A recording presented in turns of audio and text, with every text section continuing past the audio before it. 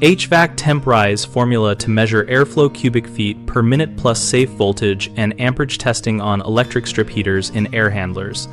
Explained with pro-level steps, common hazards, and fixes for homeowners and contractors searching for air handler testing, airflow calculation, and electrical safety.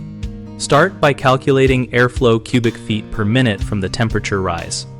Cubic feet per minute equals heater kilowatts times 3,412 divided by 1.0, 8 times temperature rise in degrees Fahrenheit.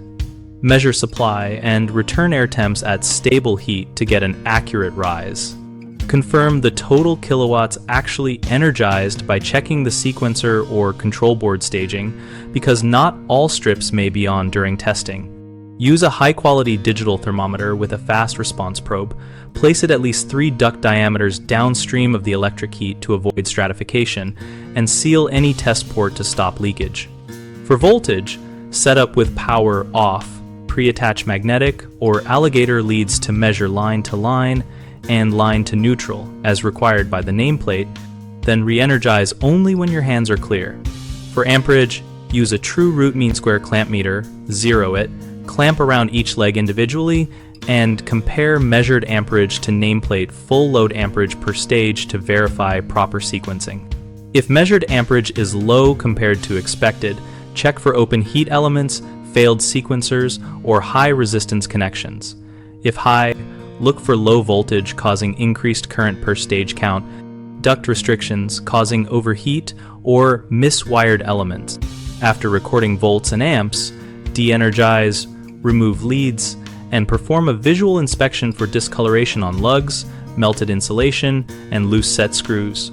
Then torque to manufacturer specs, recheck temperature rise, and update the cubic feet per minute calculation.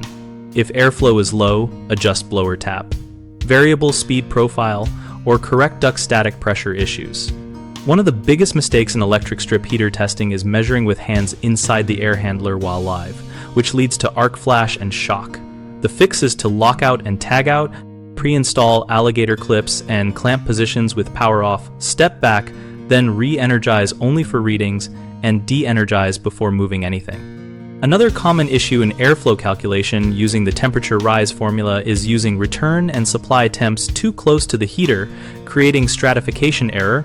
Fix it by drilling proper test ports, measuring at mixed air locations several duct diameters away, averaging multiple probe points, and stabilizing heat for a few minutes before logging.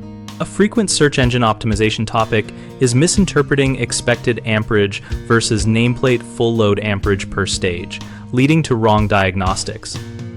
Fix this by verifying which stages are energized, matching measured volts to nameplate volts, multiplying element kilowatts by 4.16 amps per kilowatt at 240 volts as a cross-check, and comparing each leg's amperage against the control sequence. BigHomeProjects.com connects homeowners to vetted heating and cooling pros who can safely test electric strip heaters, verify airflow cubic feet per minute with the temperature rise formula, and correct air handler issues. Contractors list services, showcase licenses and reviews, and get steady leads from local homeowners who need precise airflow measurements and safe electrical diagnostics.